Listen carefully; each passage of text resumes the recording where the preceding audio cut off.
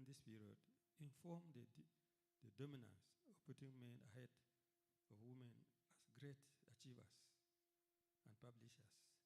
Women have in postmodern society steadily and patiently emerged to prove that the restrictions of our social structure has been their major challenge and not their biological creation. That is to say, it is more in some traditional beliefs and customs that they dictate the involvement of women in decision-making processes and not their biological placement as women. By 1995, gender understanding gained global acclaim when the Beijing conference became the vista for women to gain a voice. The women at that conference expressed the need for government, international organizations, and institutions to promote and protect the restrained rights of all humans. The African delegation, on their part, decided to unanimously to continue to affirm their commitment to strengthening women to fully participate in decision-making at all levels.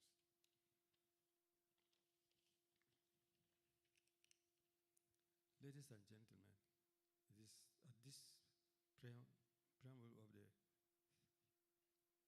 salutation at this Beijing conference that I humbly and briefly made the remarks on why we need to get gender on the agenda, especially for the implementation of better policy and practice in Nigeria. My brief remark, however, shall be on the basis of my position and perspective as a custodian of culture and tradition.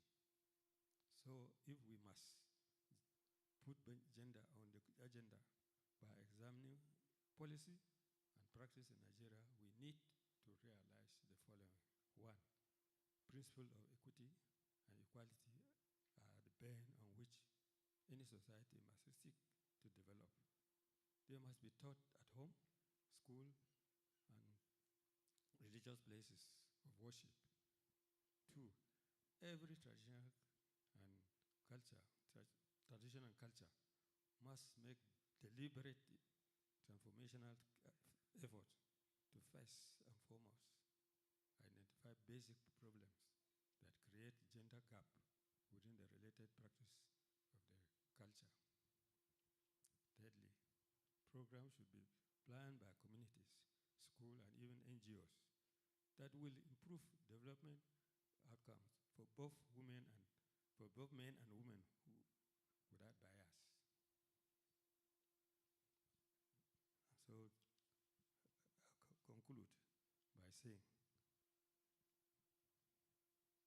one notable area that is often not debated in most gender workshop, summits, or conferences in Nigeria, even as it relates to policy and practices, is the aspect of gender in traditional chieftaincy, or more specifically, the role of chieftainciness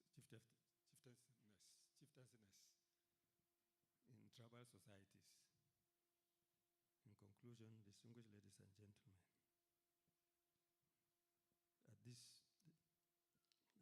this is my humble position on which I have chosen to offer my perspective on the issue of putting gender on the agenda, especially on the wheel of policy and practice in Nigeria.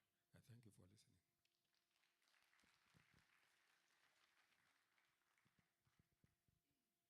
I think for the interest of those of you here, as an alumni, I'm Executive Course 9. I thank you.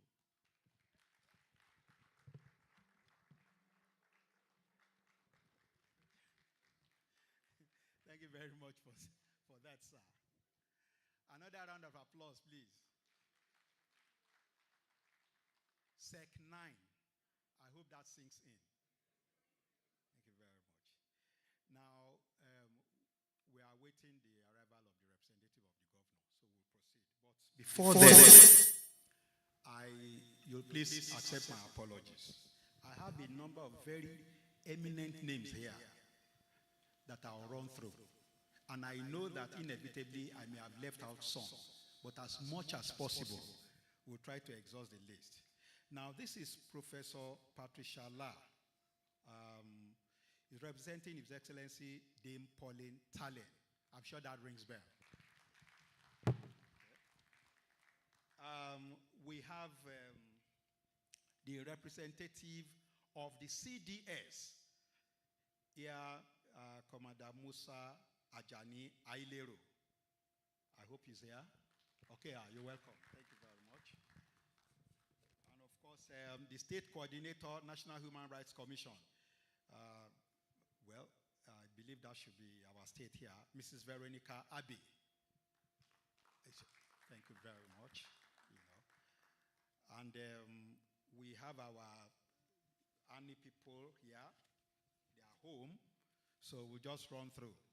Honorable, that's the chairperson of the Center for this Planning Committee, Honorable Sarah Ochekwe, CON, representing the Honorable Minister for Water Resources. Former Minister, sorry. That's what I have here. Now, MG for Sec 44, that's a known face. You're welcome. Representative of the ANI President, I got it mixed up the other time, Honorable Favor Iwanyi, MNI. Then, of course, you have Engineer Udushote, MNI. Again, another name that rings bell. Okay? Can you stand up for recognition? Okay. Mrs.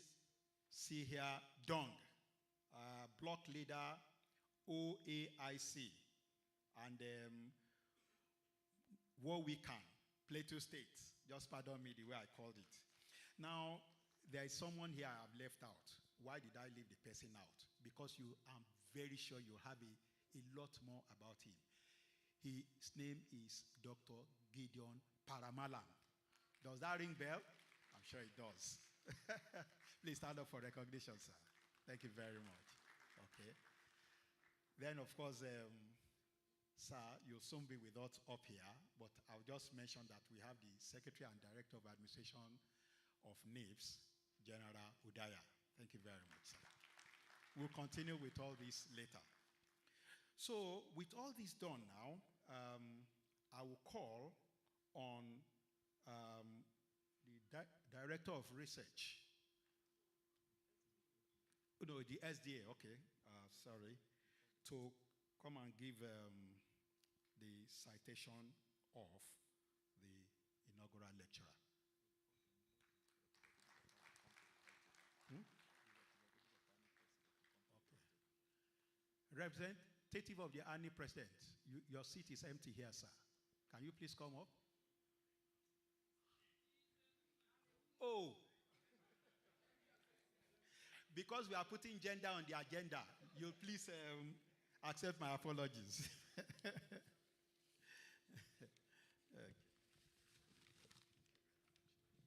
Sorry for all this.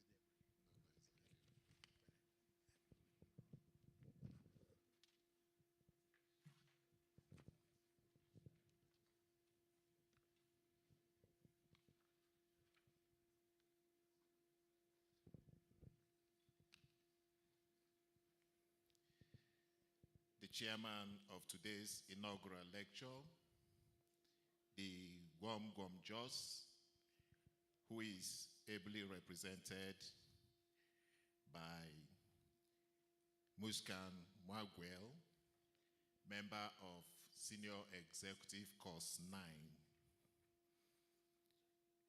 The inaugural lecturer, Professor Oluwafunmilayo Para-Mallam, the Director General of the National Institute, Professor Ayo Omotayo, and not to forget his very beautiful wife here. Ministers of the Federal Republic, serving and retired here present. Permanent Secretaries, Federal Republic of Nigeria, serving and retired here present, officials of Plateau State Government here present, management of the National Institute, members of directing staff and faculty, the mother of our dear inaugural lecturer, and not to forget his very handsome, the handsome husband of Professor Para-Mallam.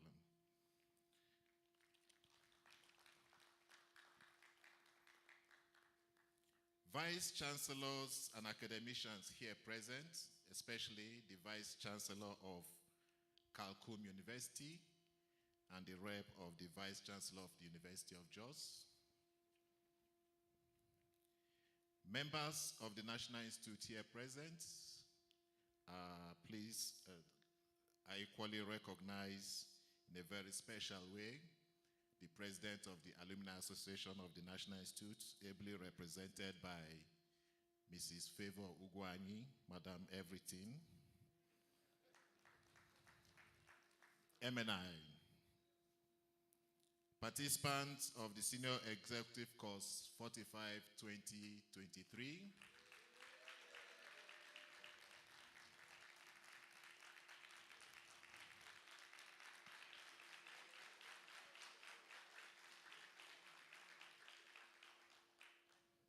all invited guests, members of the press, ladies and gentlemen,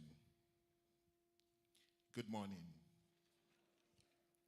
This morning, I have the very singular privilege and honor of reading the first citation of an inaugural lecture in the National Institute. And the inaugural lecturer is no other than Oluwafunmilayo Josephine Para-Mallam, MNI, Professor of Gender and Development.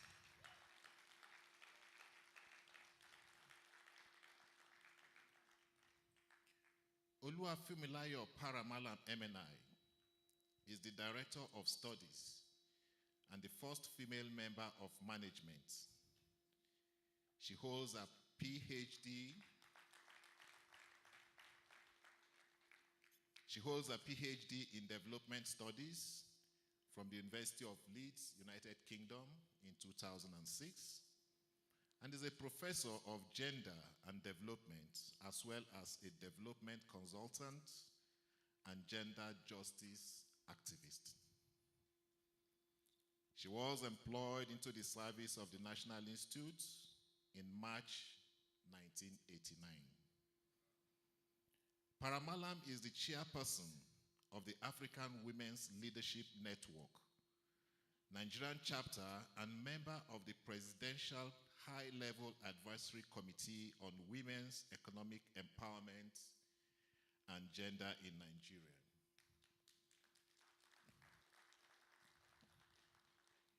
There will be a lot for you to clap, so if you want to clap, please do clap.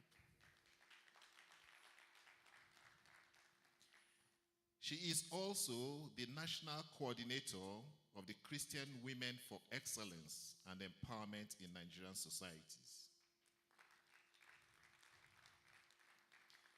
This is a women's network focused on women empowerment, tackling gender-based violence, girl-child mentoring, and female leadership development.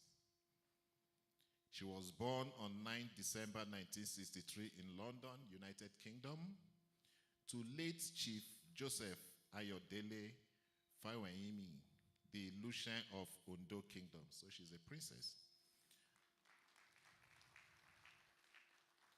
And Pauline Temidola Faweyimo, also of Ondo State. Mommy, she's here. You're welcome, Mommy. She attended John Steiner Primary School from 1967 to 1974 in London, United Kingdom, and finished at Sacred Hearts Private School, Ibadan in 1975. In 1980, She graduated with a grade 1 distinction from St. Teresa's College, Ibadan. She obtained a diploma de civilisation française from Université de Grenoble, France in 1982, a Bachelor of Arts Hons in French and Portuguese from the University of Ife in 1984, a Masters of Arts in Law and Diplomacy from University of GEEHS in 1995, a Diploma in Peace and Security from University of Uppsala, Sweden in 2009, and a postgraduate certificate in missiology from All Nations Christian College, United Kingdom in 2021.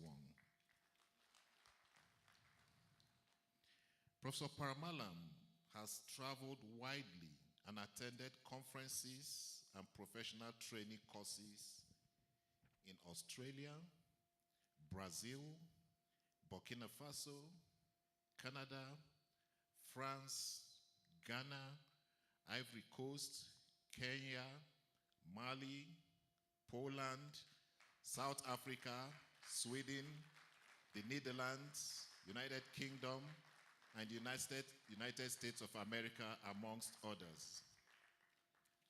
She is an alumna of the Adaptive Leadership and Change Management course in 2019 and the Senior Executives Fellow Executive Education Program, January 2020 cohorts, both of the John F. Kennedy School of Government at Harvard University.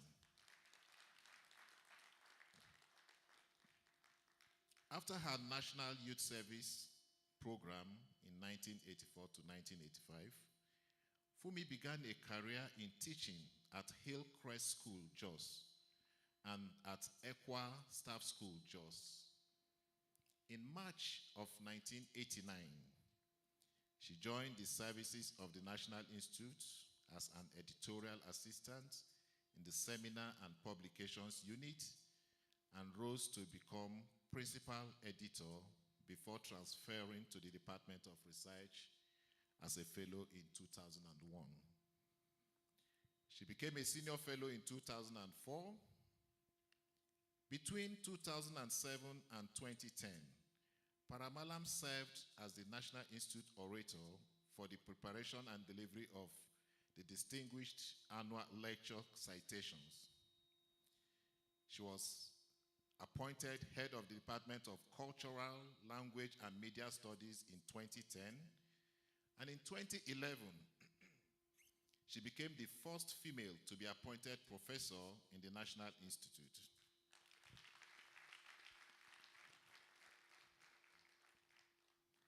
In 2013, she became a member of the National Institute after participating in the National Institute for Policy and Strategic Studies Senior Executive Course 35, 2013.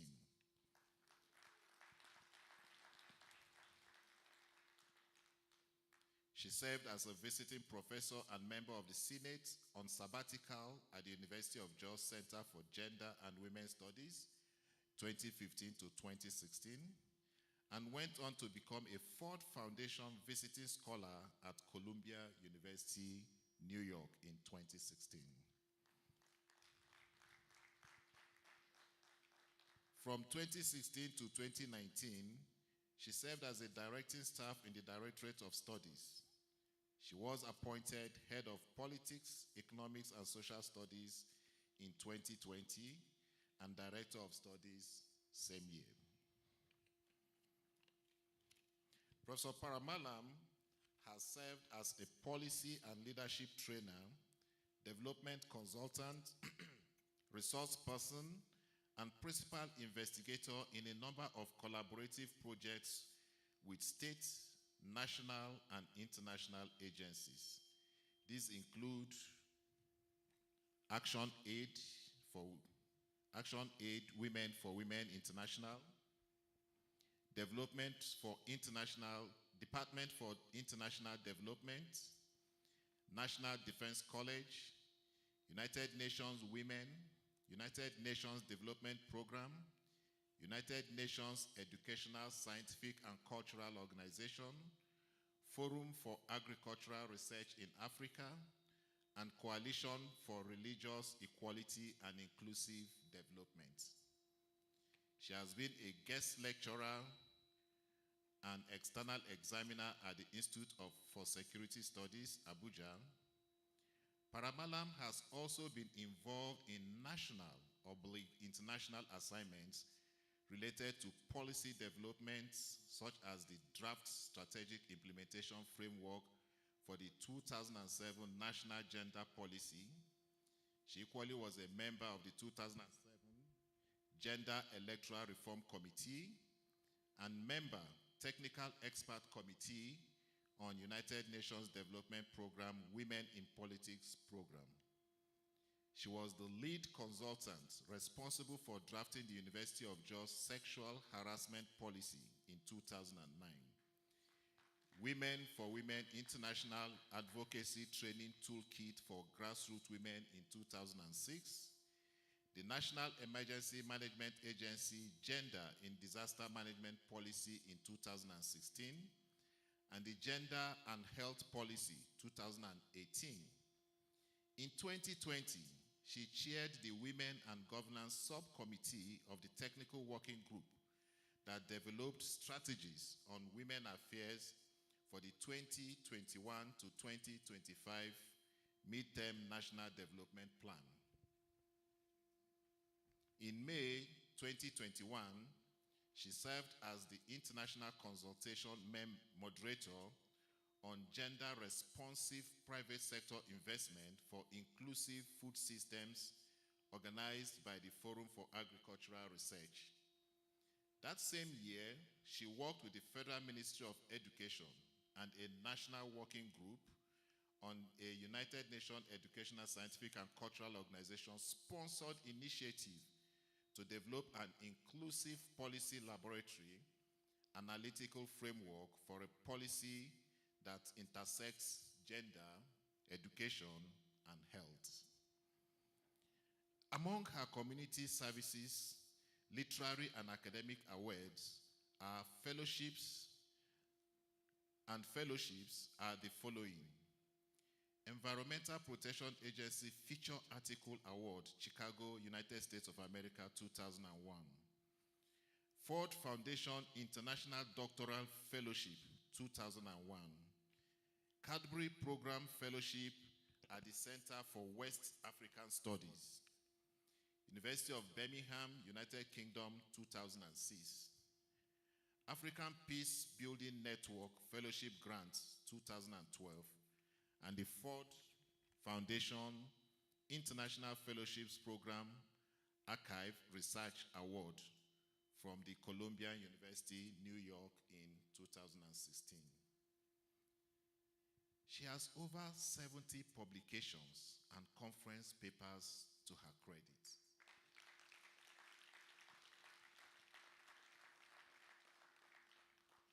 Over 40% of her publications are published in peer-reviewed international journals and books.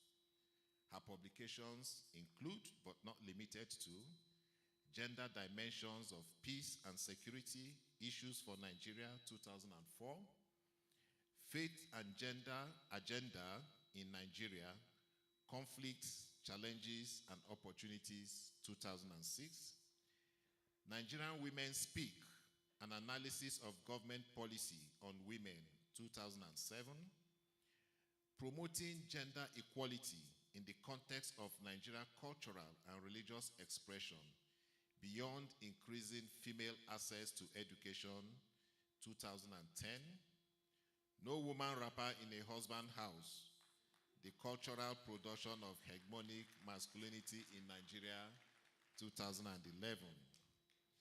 Nigeria's 50 years of nation building, achievements, challenges, and prospects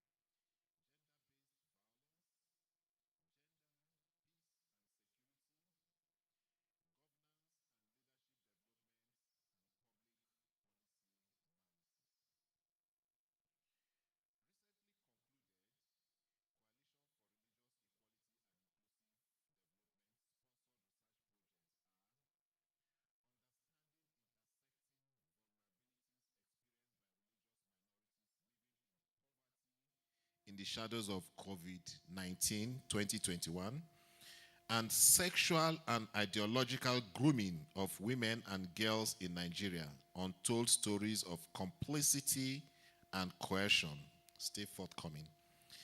This year, Professor Para-Mallam collaborated with Professor Moju Baola Olufunke Okome of Brooklyn College, City University, New York, USA, on an edited reader for Nigerian universities and colleges titled Gender and Development in Nigeria, Concepts, Issues, and Strategies.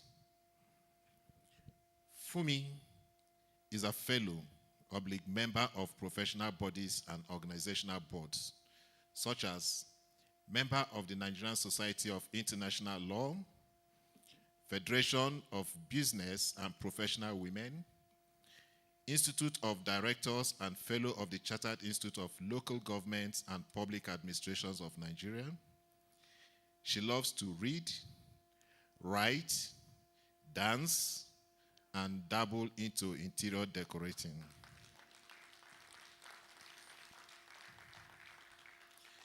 I can bet that Dr. Para-Mallam met her dancing.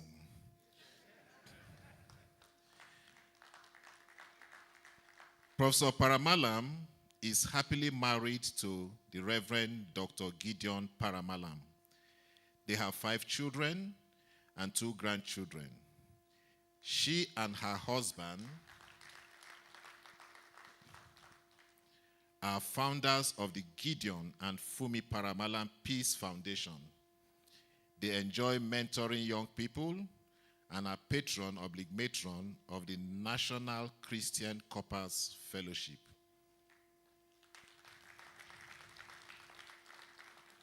Today, Professor Fumi Para-Mallam will deliver the National Institute first professorial inaugural lecture titled Putting Gender on the Agenda, an examination of policy and practice in Nigeria. Please help me to thank you. Thank you very much. Please, a resounding round of applause for this very significant and exhausting citation. Thank you so very much, SD, sir. Okay. Please do sit down. As the events unfolded, a minute please. As the events unfolded, a number of people came in, you know. These are those who are very much associated with us. Professor Shedrack Best, we appreciate you, sir. Okay. Professor Nanven Gabo, Vice Chancellor, Carl Cartoon University. You're welcome, sir. Okay. His Excellency Senator Jonah David Jang, CON, former governor of Plateau State.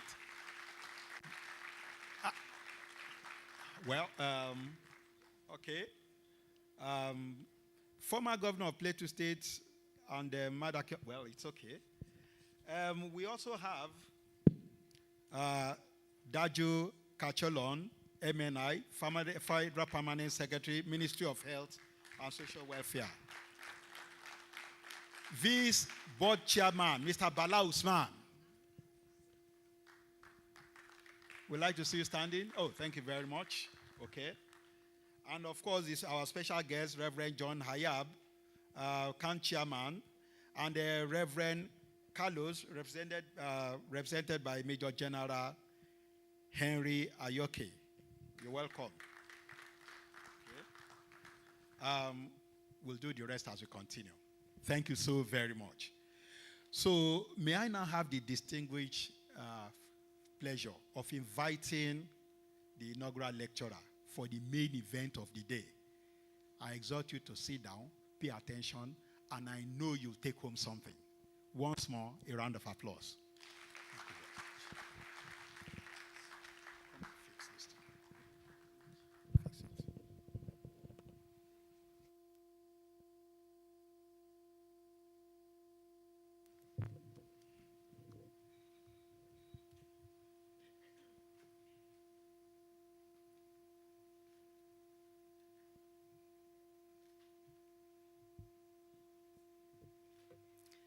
the Director General of the National Institute for Policy and Strategic Studies, the chairman of this occasion, the very august chairman of this occasion, who is ably representing the Gwangwam Jos. I want to say something that will probably make you laugh, but I'm saying it to the DG, who I called first, on behalf of the Gwangwam Jos ably represented. He addressed me as Professor Para-Mallam. And there is a story behind it, and I need to say something quickly. Some years back, somebody came and met me and said, "What's happening? Why are you dating the Vice Chancellor of Unijos? His wife is not happy." I said, "What do you mean?" He said, "You even went and married her husband secretly." I said, "I beg your pardon?" He said, "Are you not the Professor Para-Mallam?" Then I was Dr. Para-Mallam. He said, "Are you not Dr. Para-Mallam in NIPSS?" I said, "No, I am not Dr. Para-Mallam. I am Dr. Para-Mallam." He said, "Hey, whoa, there's a big story, oh. The wife is going to court." I quickly told him, "Please go and beg the wife that I am Professor Para-Mallam. I am Dr. Para-Mallam. I am not Para-Mallam. So, sir, the DG, please support me here. My husband is here. Dr. Para-Mallam, that I am not Professor Para-Mallam. I am actually Para-Mallam."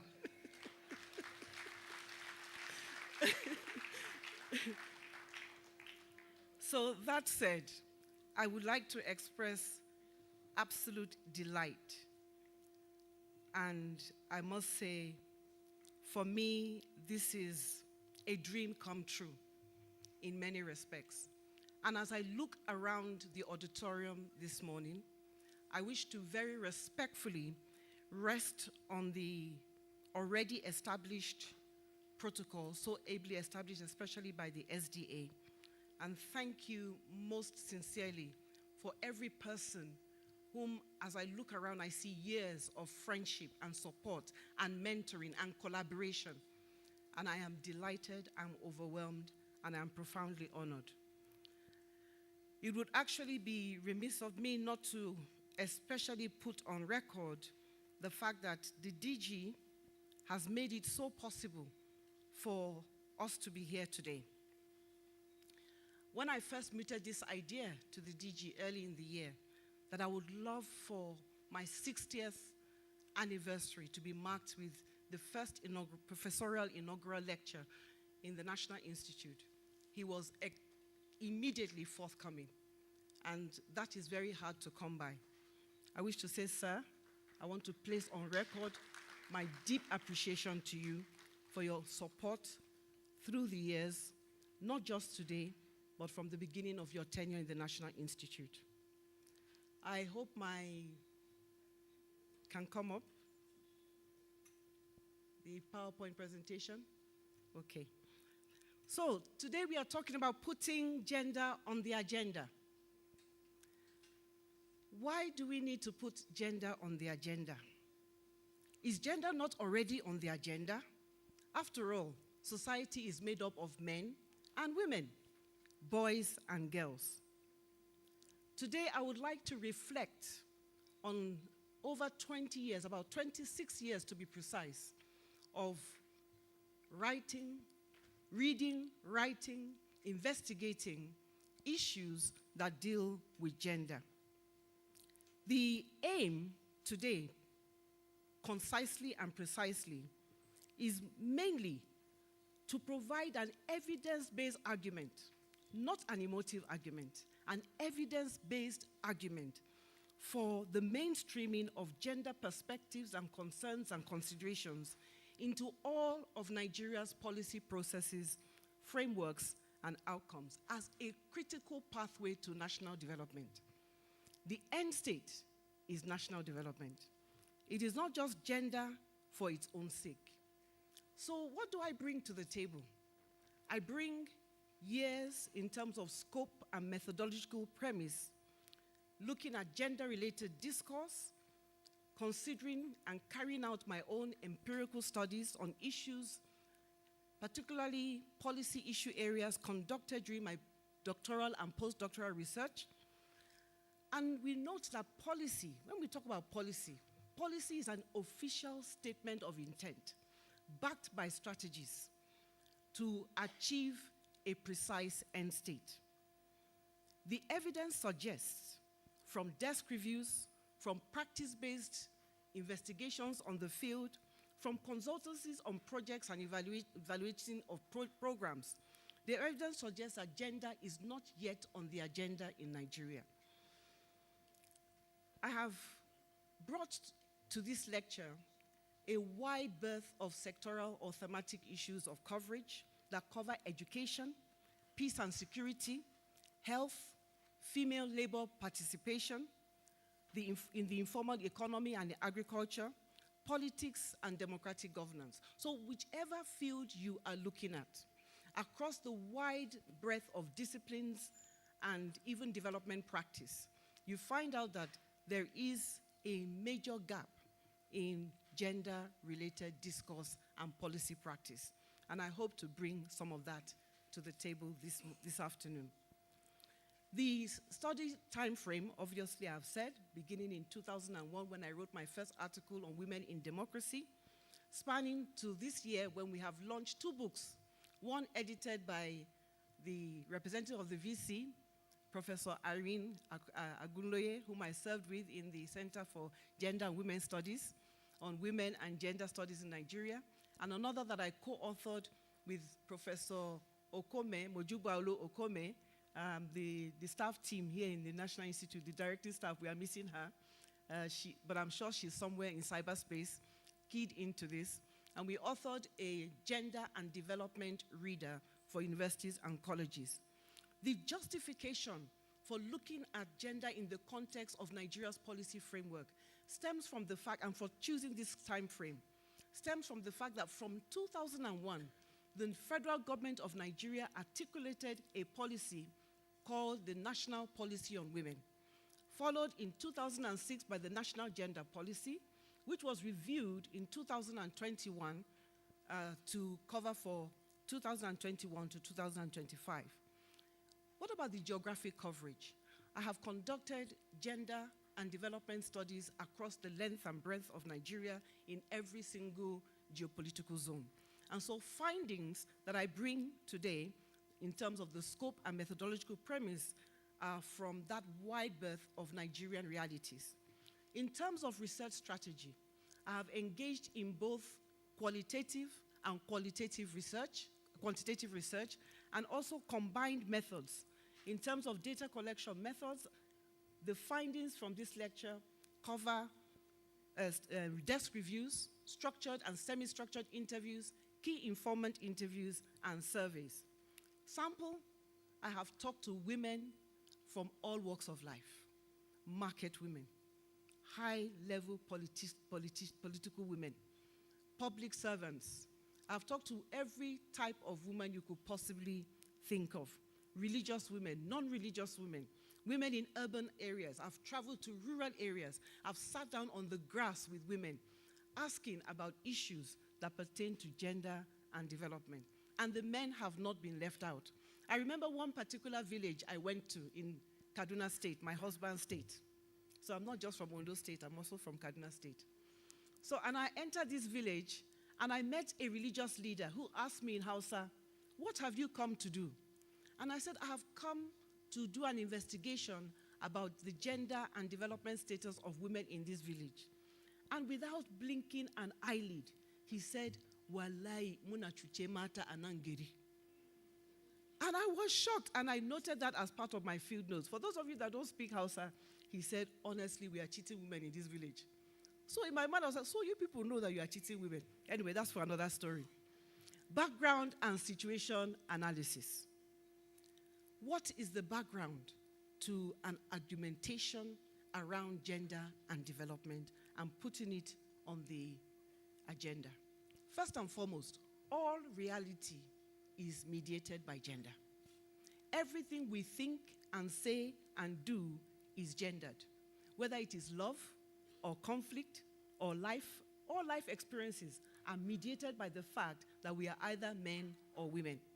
We engage in politics as male and female. We engage in various professions as male and female. And it is now critically received wisdom, or commonly received wisdom, I should say, across the globe, that gender is a critical planning variable for gender and for public policy, public sector performance, and development planning. And there are a plethora of studies that are contained in this lecture, and I'm glad you probably have a copy of the lecture. I have only 45 minutes, so I'll just be scrapping the surface. But the empirical evidence suggests, from scholarship, from development practice, that mainstreaming gender is a critical and a necessary success factor in policy outcomes. In other words, the more gender is mainstreamed in policy decisions, in policy processes, in policy structures, the more likely you are able to get a better public service delivery and development impact. More on the background and situation analysis. These Sustainable Development Goals on Leave No One Behind have made it a central aspect of its thrust to ensure that the 17 SDGs, its 169 targets, are all gender related. There is some aspect of gender concern in all of them. And the 2024 World Bank Strategy, 2024 to 2030 World Bank Strategy, has incorporated gender as a major approach to jumpstarting and accelerating development, particularly in developing countries.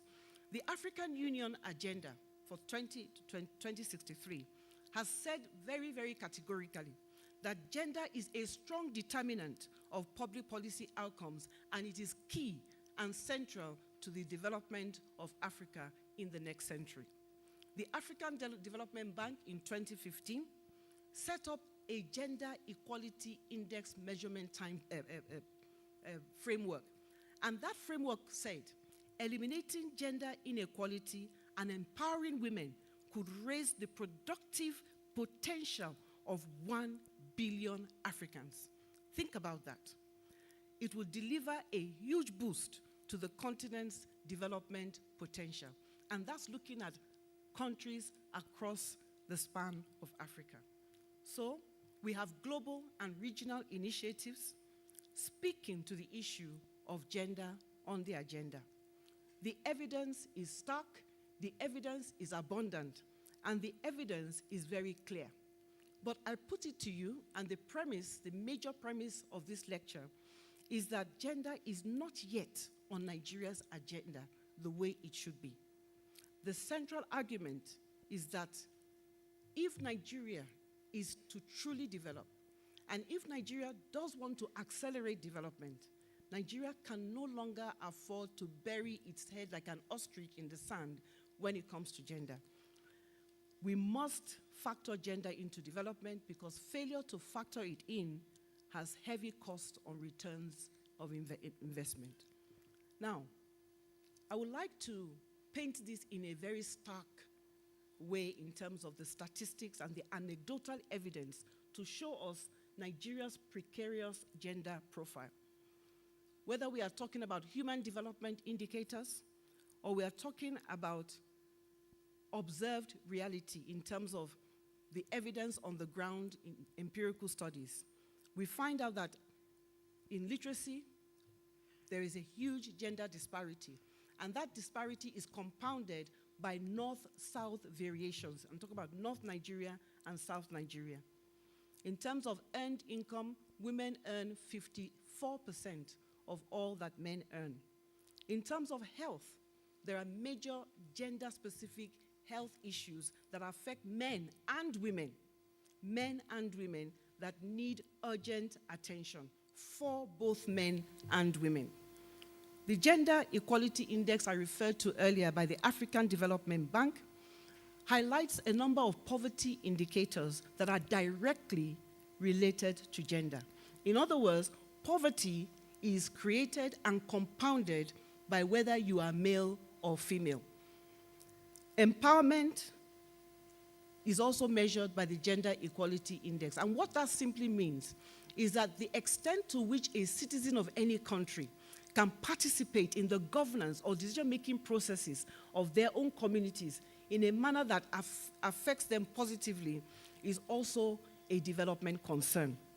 participation in decision-making is a factor in poverty, in socio-economic development and growth. Probably that is why Kwame Nkrumah said, give me the political kingdom first, and all others will follow.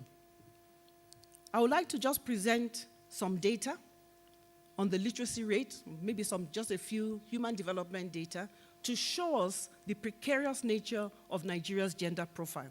And by the way, the Human Development Index of Nigeria for over the last 15 years has lagged behind that of sub-Saharan Africa. So it is lower than the sub-Saharan African average. Let's look at literacy rate, for example. Nigeria has a youth board, so we look at ages 15 to 24, which is the hope of the next generation of African leaders and African public sector workers, private sector movers. It shows that you can see there on your screen that in undergraduate enrollment as of 2019, and this is the latest data available, and it is from the National Bureau of Statistics, males accounted for 54.45% and females 43.46%. It becomes worse, the figures become worse as you go higher. So in postgraduate enrollment, it's 60.82% for men and 39.18% for females. At doctoral level, it is even worse, with only 13.74% of all doctoral candidates being female. Let us look at political participation, gender representation in public office. And I'm talking about issues around politics and other areas, high-level public office. This is from the Nigerian Bureau of Statistics as well. And it looked at political or public office participation from 1999 to 2021 to cover our return to democracy. It found out that we've had 100% male representation, 0% female representation at vice presidential and presidential level. Secretaries to government, 100% male and 0% female. Judicial officers, we are slightly doing better there, 32.35%, is the other way around. I apologize, that's a mistake. It's 67.65% male and 32.35% female. In ministerial appointments, 86.27% male and 13.7% female. In senatorial appointments, 84.09% male and 15.91% female.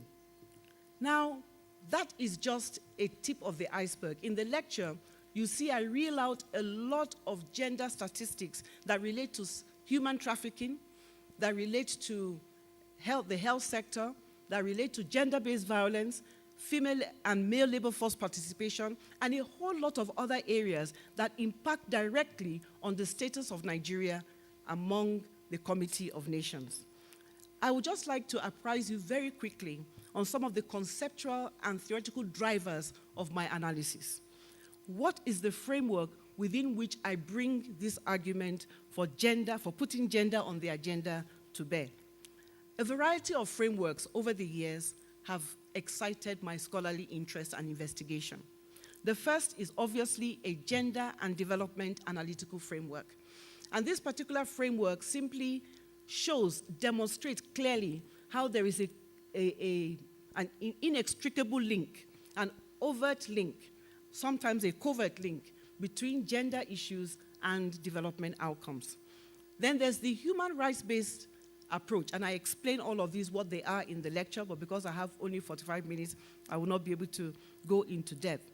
But a human rights-based approach simply says that development or gender equality in development is not a handout. It's not an issue of, let's just help the women. It is a human rights-based issue. Every human being has a fundamental right to human development and to ensure that they have access to all the social benefits, resources, and gains of society. And then there's the human capital development theory. This is an economistic theory that looks at investments, countries that invest in health and education. And the theory has it that the more countries invest equitably and equally in the education and health status of males and females, the more likely that society is to achieve national productivity and economic growth. Oops. Sorry, something happened there. The last one is a human security framework. Typically, countries, particularly in the sub-Saharan Africa, have focused on national security, looking at regime security, the security of governments.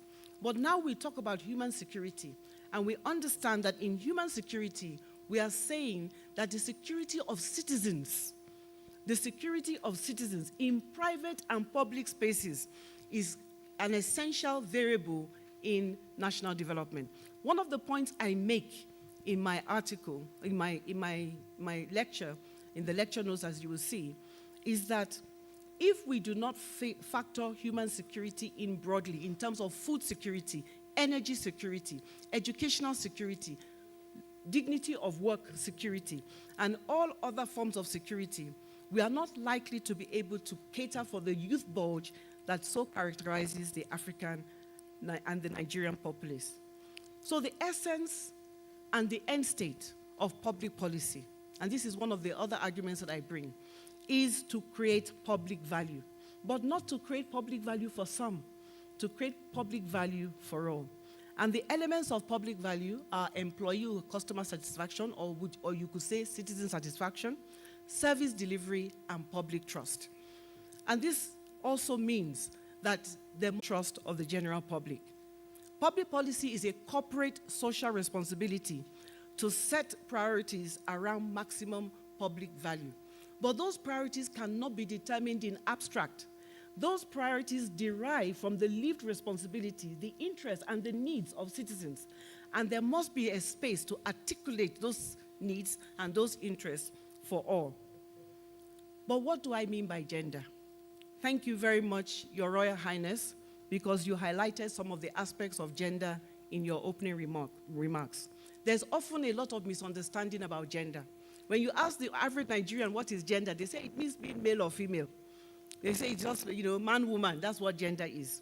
But according to Naila Kabir, an Indian scholar, she said gender refers to the rules, the norms, the customs, and the practices by which biological differences between males and females are translated. So it is the cultural translation of being male or female. And that cultural translation now becomes socially constructed differences. It now becomes disparities, discrimination, and gender stereotyping. So this results in the two genders being valued differently and in their having different opportunities and life chances. I will never forget one village in a part of Nigeria where I did some research, and I found out that one of the things that they do to socially construct gender difference is that if a woman gives birth, you automatically know what she has given birth to by just paying attention to the sound that comes out. If there is a loud sound, then it's a boy. And if there is silence, guess who was born? Public policy, like I said, oops, I've gone back. Sorry, I'm going forward. Gender is a complex and a contested concept. It refers to the value, the identity, and the roles any given society ascribes to males or females. Those values, those roles, and the identity also play out in the relative positioning of citizens in terms of their relative power, their privilege, and disadvantage that is assigned to them. So when I say what is gender, I'm simply talking about how cultures interpret sex. And that interpretation could lead to unequal relations of power between males and females. And from there, we have unequal access to societal resources, benefits, and opportunities. Therefore, while being male or female is a biological given, we are all born male or female, only a few probably in between, we know that culture is what interprets the meaning of male and female. That is why in ancient Egypt, it would interest you to know, it was the men that did the cooking. You can go and find out. And I always tell my male colleagues that when a woman was born, they didn't write cooking on her forehead. But because culture has interpreted that that is the role, it now becomes a duty.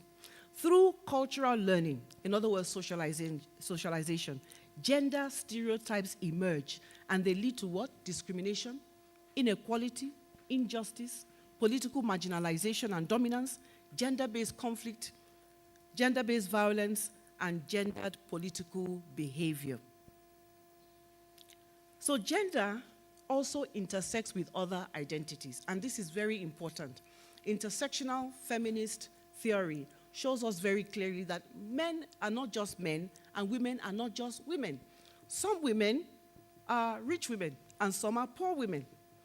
So that means that gender intersects with ethnicity, with race, with socioeconomic status, with things like disability, as well as with age. And this mediation of gender creates different realities. So it is possible, therefore, to have a well-placed woman who is married to maybe a big man in society, and she's driving her car, or she even has a driver, and her driver is a man, and when you look at the two, one is more powerful than the other. The woman obviously might be more powerful than the man in different contexts. So we are saying, therefore, that the intersection of different identities creates different realities for different people. And we cannot, therefore, design policies for people based on, this is a woman, the woman will have this kind of policy. This is a man, the man will have this kind of policy. Because of these intersecting realities that create different intersecting identities that create different realities for different people. But one thing that has stood out in the analysis of gender is the issue of structural inequality and structural violence. What do I mean by this? I mean, and I'm taking this from the work of Johan Kautung and Paul Farmer, who spoke about the fact that inequality is often not something that one person does to the other. Inequality is not something that somebody determines to mistreat another. Many times, inequality is rooted in the way cultures, ideologies, social and political and economic structures are constructed. So it's not because somebody sat down and said, I want to discriminate against somebody, but simply in the social construction of society, you find out that structural violence and structural inequality emerges. And this makes direct forms of violence very, very easy. Over the last couple of years, and COVID-19 made this a very, very vivid reality. We had a shadow pandemic during the COVID-19 with the upsurge in issues and incidences and prevalence of gender-based violence. You must have been reading them all over the news. Why is that so? Is it because suddenly lockdown created violence? No. Lockdown only highlighted what was already an underlying societal malaise and brought it to the national glare of public attention. That indeed, structural violence is a reality that public policy has paid little, scant attention to. So, gender, therefore, is a policy issue, it is a development issue, and it is also a security issue. I want to look at it first as a development issue, looking at the definition of development by Todaro. Todaro defined development as the sustained elevation of an entire society, emphasis on the word entire, and social systems towards a better and more humane life. In other words, the SDGs got it right. We can leave no one behind. The elevation has to be of the entire society. They went on further to say that development is a multidimensional process involving major changes in social structures and popular attitudes. Nigeria cannot change if the mindset does not change. Gender cannot be placed on the agenda if the mindset of policy actors, policy implementers, does not change. So changes in popular attitudes and national institutions, as well as the acceleration of economic growth, the reduction of inequality, and the eradication of poverty. In other words, inequality is an indicator of underdevelopment. What are the core values of development? Excuse me, please.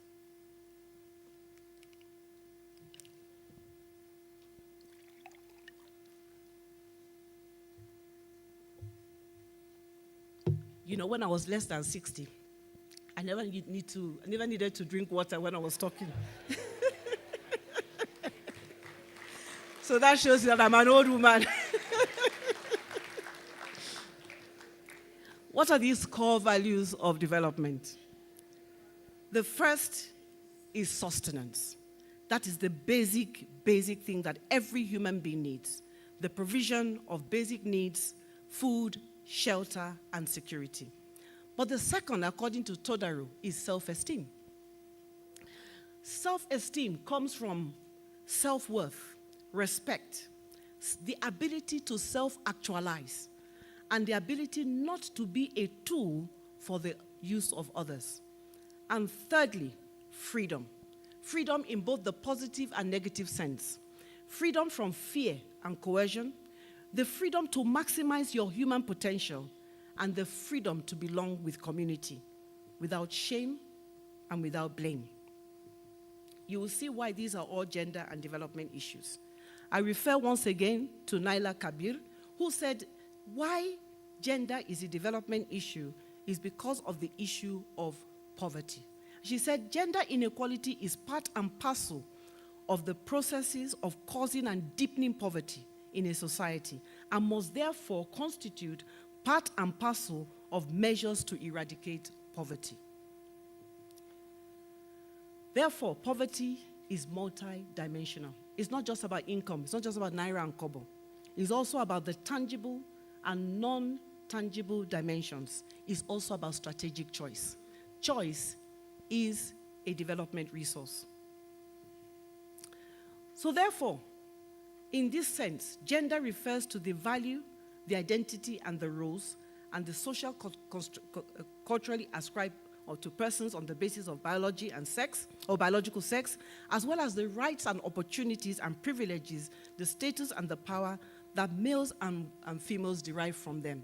And that is why the bottom line, according to Paul Farmer, who I quoted earlier, is that the human need for sustenance, the human need for self-esteem, and for freedom are universal to men and women, but they are not equally and equitably accessible as a result of structural inequalities that produce gender disparities with negative impacts for individuals, families, communities, and nations. Everybody suffers from gender inequality. Now, you may say, well, that's a white man in a white suit talking, and then very often those of us in gender and development, we are accused of bringing Western ideology. We are told that, oh, you are talking, you people are talking something that is not African culture. So let's come home. Let's come home and listen to Nelson Mandela. Nelson Mandela said, freedom cannot be achieved unless the women have been emancipated from all forms of oppression. He also said, the legacy of oppression weighs heavily on women. As long as women are bound by poverty, and as long as they are looked down upon, human rights will lack substance. As long as outmoded ways of thinking prevent women from making a meaningful contribution to society, progress will be slow. As long as the nation refuses to acknowledge the equal role of more than half of itself, it is doomed to failure. Those were the words, not of a white man in a black suit, but of our own Nelson Mandela. So now I would like to look at gender as a security issue. I talked about it as a development issue. Now, how is it a security issue? The 2023 Global Slavery Index, it reported on human trafficking. And it found out that the 1.6 million persons have been identified as slaves all over the world, and 80% of them happen to be female. I don't know how many of you have watched the CNN Slavery Freedom Project, and you will see that this is vividly portrayed. What about internally displaced persons? The UNHCR, that is United Nations Humanitarian Commission on Refugees, has said that 54.9% of the 2.2 million IDPs in northeast Nigeria are women and girls as at 2021. And then the issue of boy-child soldiers. We have the phenomenon of the missing boy child in the northeast. Again, I said that gender is about male and female. And we have in the Northeast a situation where many boy children have been co-opted by Boko Haram, by ISWAP, and have lost education, have lost human capacity development opportunities in that area. And there are other issues, I dare say, around the country where the boy child has also been negatively impacted by issues that have to do with gender and security. In fact, in one research I did with Catherine Humlong in 2012, we were looking at the effect of the security sector in the intervention in the JOS crisis. And we found in that research that when attackers go into a village, they are likely to rape and maim the women, make them domestic slaves or whatever, but they are likely to eliminate the men. So we found that if you check the depopulation of males in Nigeria over the course of, maybe I would say the last 20 years, it has been systematic and severe, particularly in certain populations. What about health? Health security is also an issue. And Nigeria has the highest rate of VVF in the world. 78% of girls in northern Nigeria are married before 18 years, compared with 44% of the national average. Nigeria has the highest child marriage globally. In the Northeast and the Northwest geopolitical zones, 48% of girls were married by 15, at 57% for the Northwest and 68%, so 57% for the Northeast and 68% for the Northwest. This is a very serious statistic. Now let's look at the policy framework for addressing this precarious gender situation. The issue here for me, the central issue, is that Nigeria is yet to move from policy articulation to policy action. We have a plethora of policy frameworks that speak about addressing gender inequality. Like I said at the beginning, we have the National Gender Policy. We started having a policy on gender since 2001. And one of the core features of that policy in 2001 was that we should have 35% affirmative action for women as an official statement of intent of the Nigerian state. Well, we are coming to that. Also, we have legal frameworks. We have the Child's Right Act of 2003. We have the Violence Against Persons Prohibition Act of 2015. And we have institutional frameworks in the form of various gender machineries, including the Federal and State Ministries of Women Affairs. But anchored on all of this is anchored on the Nigerian Constitution. And here I would like to quote our own Director of Research, Pamsha, who said, in a book that we are launching this afternoon, so please, I would like you to try as much as possible to get a copy of that book. It's on gender and development. And Professor Pamsha in that book said, the federal character principle was designed by the Nigerian state to address inequalities in the country, but only on the basis of geography. But it did not address all inequalities. The federal character principle is gender blind because it did not recognize gender inequalities in the recruitment, distribution, and allocation of resources. In other words, the federal character lacks gender character. Yes, indeed. His Royal Highness spoke earlier about gaps, gender gaps. There are gender gaps in policy prescription and policy practice. Those gender gaps, for example, in the Constitution, they reflect ambiguities in our Constitution, contradictions and loopholes, and there's an abundance of research that talks about those constitutional gaps and loopholes. We also have a tripartite legal system in Nigeria consisting of common law, customary law, and Sharia law. And these are at variance with one another, causing grievous human rights violations and denying access to justice to citizens. Then there's the issue of the policy context distortions. Professor Dele Olowu and others were able to see that in Nigeria's policy environment, what prevails is the vested interest of elite. And you know, we often talk about the bourgeois, the elite bourgeois, we say the political elite. We talk about the educated elite. We talk about the business elite. But we often forget the male elite. The male elite are the ones who, over the last 11 years, were the ones who rejected all the bills, 11 bills in all, that women submitted to the National Assembly for women empowerment and gender equality. So, the policy context is also distorted by hegemonic power relationships and leadership models.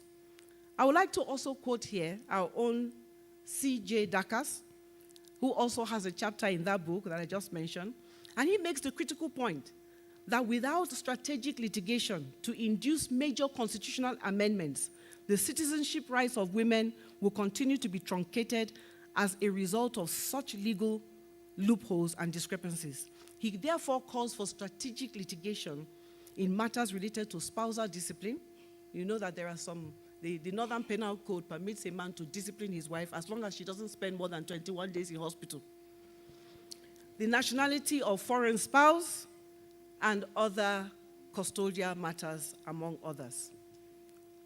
There are other gaps in policy and practice that have to do with the level of policy uptake. For example, there is low policy and public sector performance and weak law enforcement. And I cited the example of the 35% affirmative action. 35%, we are not even half of that yet. Legislative backing. Up till now, the national gender policy does not have any legal backing, and there is low public awareness about the level and the nature of tolerance for violence in society. Therefore, I would like to highlight 4 focal areas of gender-inclusive governance that demand that we begin to think of how to put policy, gender policy, on the agenda. Here, I want to quickly go to the way forward. What is the way forward? Let me highlight 4 areas. The first has to do with human capital investments in education and health to strengthen human capacity. Nigeria is an eagle flying with one wing, and even the one wing is broken. It needs repair. So we need to bring out more investments in education and in health, just as other countries have done and have been able to kickstart and jumpstart their societies. Some of us just returned from China on the senior executive course, and we saw vividly how investments in human capital and other areas are making China to be at the forefront of technological and scientific innovation. Gender, peace, and security is another area where we need to look at security, not just in terms of whether you travel and a bandit kidnaps you, or whether in terms of whether you are attacked in your village. But what about the kind of violence when you come back from home or from work and you are beaten by your spouse? And by the way, it is not only women that are beaten by their spouses. Some men also are beaten by their spouses. Oh, the men are clapping this time around. The third issue is political representation and inclusive and participatory governance. We must have more women at the table, because when they are not at the decision-making table, they certainly end up on the menu. Efficiency and national productivity in harnessing the entire human resource base. It is high time that the latent resource base of half the population of Nigeria should be activated, mobilized, and redirected, reconstituted for major and massive development input.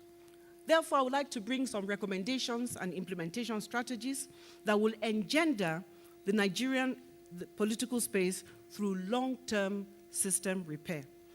I have a total of about 6 or 8 recommendations in the lecture. I will just quickly run through 2. Recommendation 1, it has to do with national value reorientation. We have to begin by thinking differently.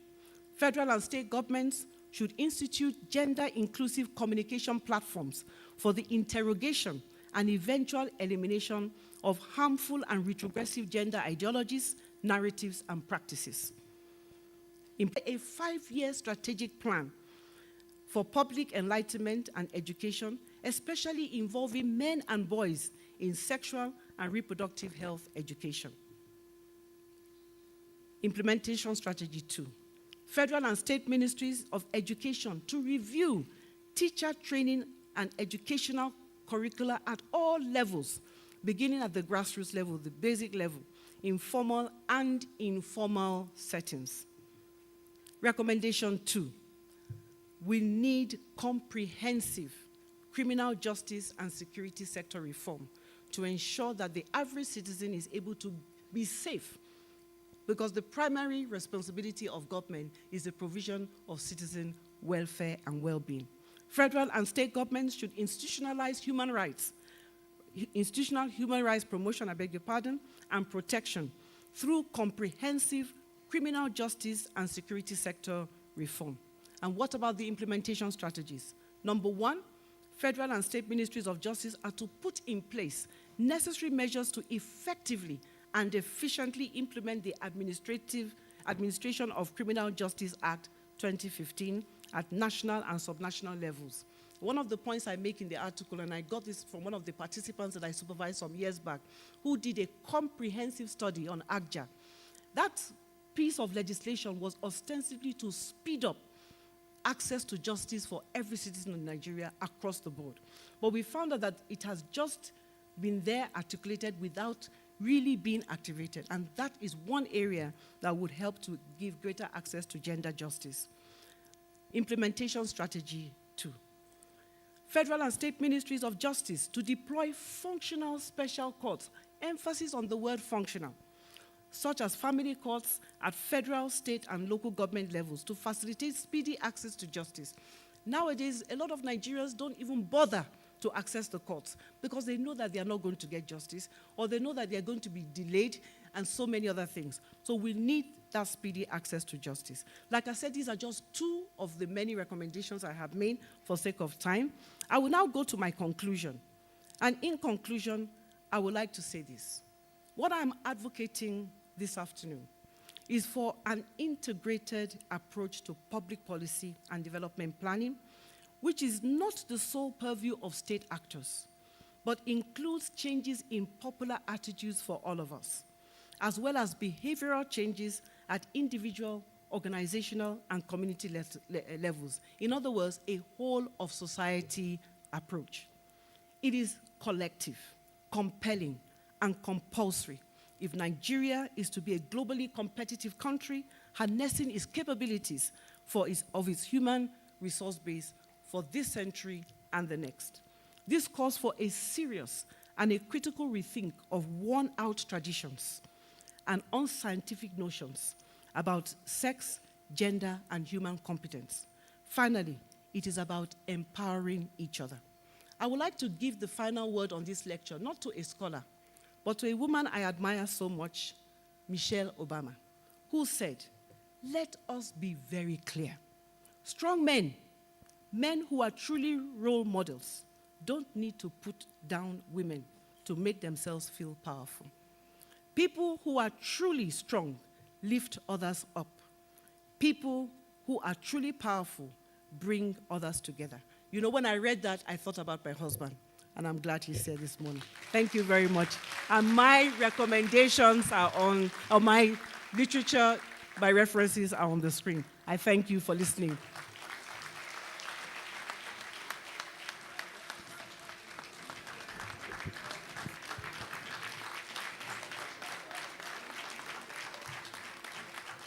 Thank you very much. Thank you so very much. Okay. Thank you very much. I promised to revisit the list of our dignitaries. And of course, perhaps unknown to me, Air Vice Marshal Dahun Sonda, MNI, a former DS, is in our midst here. Can you please stand up for recognition? Okay, thank you very much. Then I need to put this, in perspective. Now, His Eminence, Most Reverend Dr. Daniel Oko, President, Christian Association of Nigeria, is represented here by Evangelist Barrister Kwamko Samuel, NEREC member and former National Director, Legal and Public Affairs of CAN. Can you please stand up for recognition? Thank you. You're welcome. Okay. Mr. Nda Yakubu, is a former director in the Accountant General's office, the home of money. Mr. Ndayakubu? Thank you very much. Reverend Duncan Gonwork, State Chairman, PFN, Plateau State. Thank you very much. Mrs. Elizabeth Rimdans, Chairperson, Sequence BOT. Again, thank you very much. Thank you very much all for attending. At this juncture, as you can see, we have come to we are rounding up this occasion. Now, it is my privilege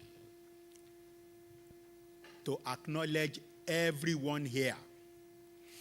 And also to say that, as I mentioned earlier, you have been witness to history. But we must spare a few moments to thank those who have made this occasion possible. From those here in NIPSS, those outside. As I will reel it out now, you'll find that there's a difference between the Central Planning Committee and the NIPSS Inaugural Planning Committee.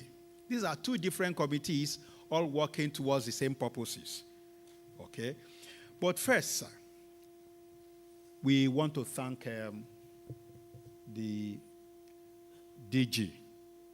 You had the allusion that was made, that it was the enthusiasm of the DG that made this occasion possible. So once more, a round of applause for the DG. Thank you very much, sir. Then, of course, the chairman. I'll never be tired of thanking you, sir. Okay? Thank you for making it to this occasion. And when you mentioned Sec 9, my heart skipped. I suspect I may have been in primary school then. But thank you very much for being here, sir. Okay? Then, Sec 45. Please give yourself a round of applause. Thank you for showing your presence. And thank you for your solidarity.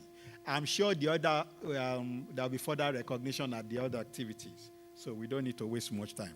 Now, ANI members, that formidable force, I saw you here in numbers. We thank you very much for your presence. Because we appreciate what it means to make your way here at this time. We just say thank you so much. Okay?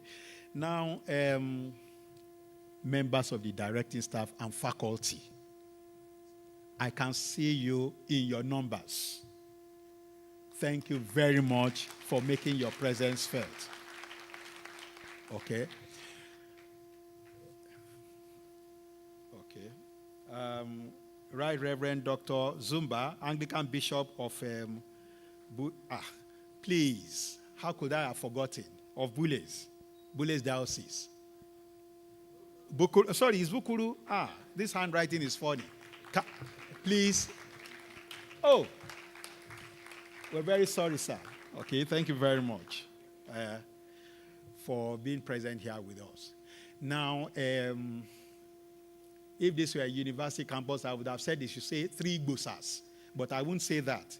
So I just want to say that we acknowledge the presence of the NIPSS community. They are here in full force. As you know, it is a family, and I can see all of them here. Thank you very much for coming. I didn't remember to introduce myself. I am Professor Abolade Adeniji. I had the privilege of being the chairman of the NIPSS Inaugural Planning Committee. Thank you very much for being here. We appreciate you all. Thank you very much. So,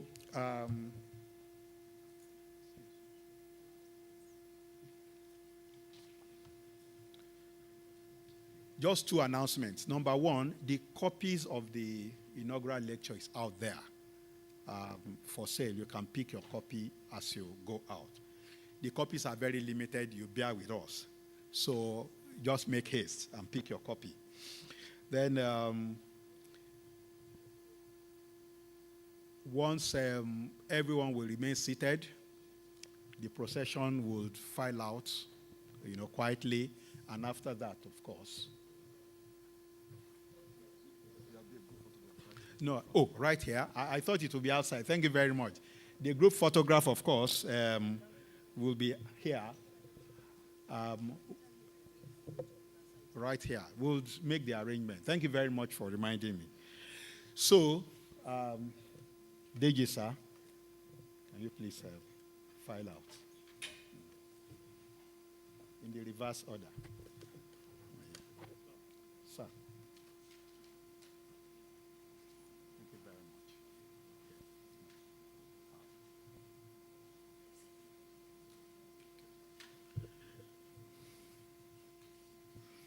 The group photograph will follow.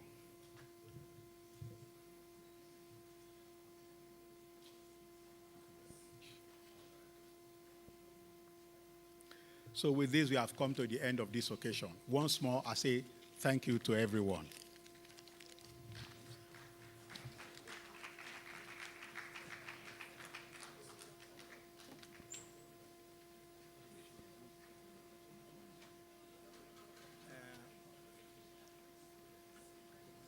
Well, we can just have the national anthem, please, before the photograph.